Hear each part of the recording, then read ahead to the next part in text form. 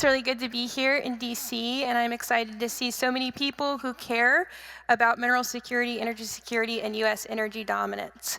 I recently was in China a couple weeks ago, and came back motivated more than ever to onshore critical mineral production in the United States of America. So my name is KaLeigh, as mentioned earlier, founder and CEO of Westwin Elements.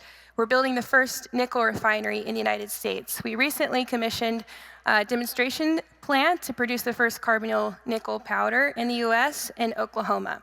But the focus of my presentation today will mostly discuss the importance of our project and other critical mineral projects, broadly the onshoring of critical mineral production to US national security interests.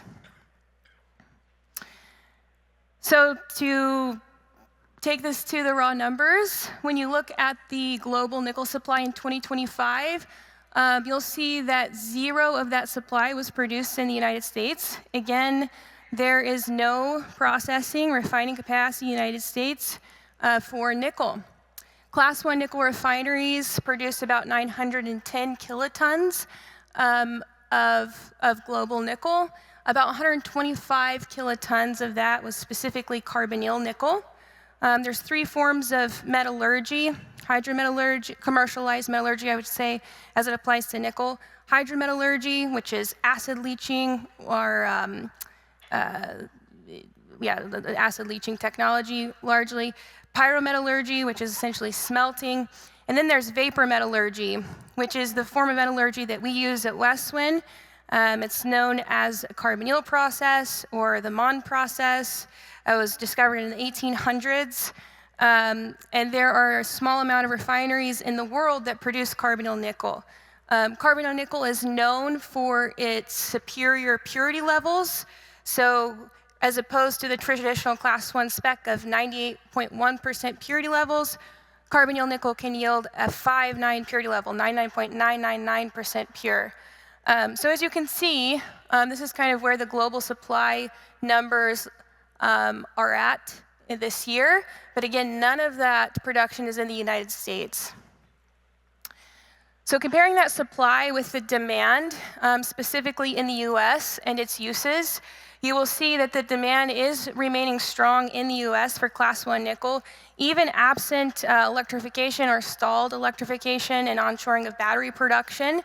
There is still certainly substantial uses for class 1 nickel products, the largest of those being for non-ferrous alloys here in the US.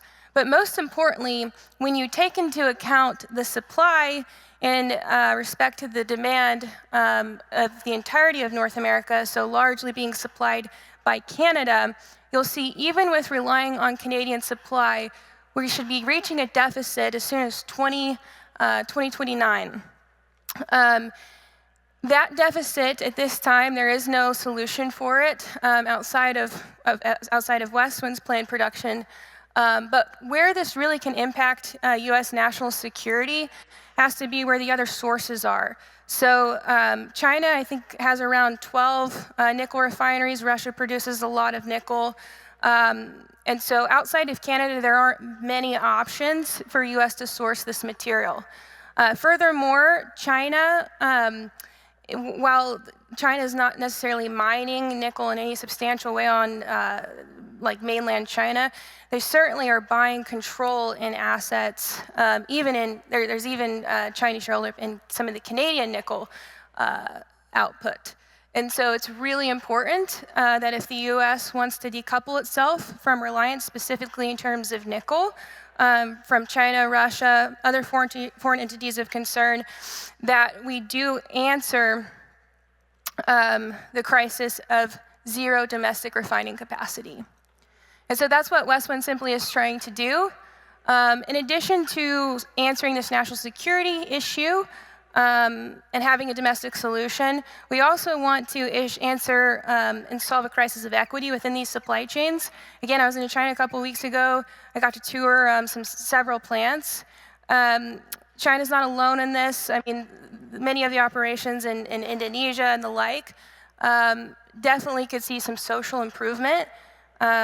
Wouldn't say the wages are as equitable as we would like to see at Westwin, there are environmental concerns, and the like. So onshoring critical minerals is a great opportunity for the United States, for investors, for customers, to solve a multitude of problems, not just national security issues, but also issues of equity within the supply chain, environmental issues, and then also achieve a great business proposition amidst those objectives. So again, a little bit more about Westwin. We built and we now operate the first carbonyl nickel refinery in the United States. This is a smaller plant. Max capacity is only about 200 tons per year. We do intend to break ground on a commercial plant in August of this year to produce 17,000 tons of nickel units. We got to make history on December 11th in our first campaign. We purified the first impure intermediate, nickel intermediates, into pure carbonyl nickel powder. So with the national security issues arising, anticipating these coming deficits, seeing the control that control that China has over the supply chain, there are some key issues that we're urging the U.S. government and actions that we're urging the U.S. government to take to solve this crisis. Before I get into those, I do want to point out one thing. While the U.S. Largely at this time can rely on, well, with the trade war between U.S. and Canada, that reliance is even somewhat unknown at this time. But with the supply, Canadian supply being able to support the U.S. demand, what doesn't exist out of Canada is the production of intermediates. So the production of intermediates is where China heavily has control of the market. And so the HPAL production, the MHP, mixed hydroxide precipitate, the high-grade nickel matte, those intermediates that are coming out of Indonesia are largely controlled by China. And so when you actually go back to the resource itself in that crude processing, that's where today we have a dangerous dependence on China. So here are some areas or actions that we're really urging the U.S. government to take. One, we are asking for tariffs, aggressive tariffs on all Class 1 nickel imports into the United States absent Canada. We do not think that tariffing exclusively Chinese nickel imports or Russian nickel imports will solve this dependence. We saw it during the IRA where China heavily started investing in free trade agreement countries, setting up companies within these FTA countries, but that were layers back Chinese. To not only were they potentially getting around exclusions within these supply chains, but they were even finding ways to potentially access subsidies within these supply chains. So for that reason, because they have such control of the nickel market, again, more on the upstream, we are urging for tariffs on all imports of Class 1 nickel products into the United States, except for, but not tariffs on intermediates. Intermediates are not largely produced in the US, but we do have friends that produce them. Turkey, Guatemala, Colombia. There's assets that can be turned back on in Australia, Kosovo, Greece. And so we don't want those tariffs because intermediates is not something that the US can solve for itself at this time.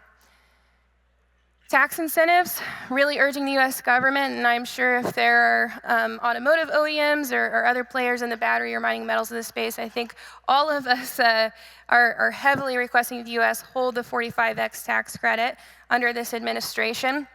It's very difficult to compete with China. We are on an unlevel playing field, and so 45X is a great equalizer in those costs. And beyond that, certainly working and excited to see the results from their recent executive order, calling immediate action from this administration and respective agencies towards prioritizing funding, expedited funding, and permits towards this industry. So that's a very quick brief on how nickel relates to national security, a little bit about how Westwin's trying to solve that gap, and any of those individuals here in the room that do have a nexus with the U.S. government, unashamedly are making these asks, and we're lobbying quite heavily. And if anybody in the room wants to join us in that lobby, please come see us. We're trying to recruit as much support as we can. So thank you for your time.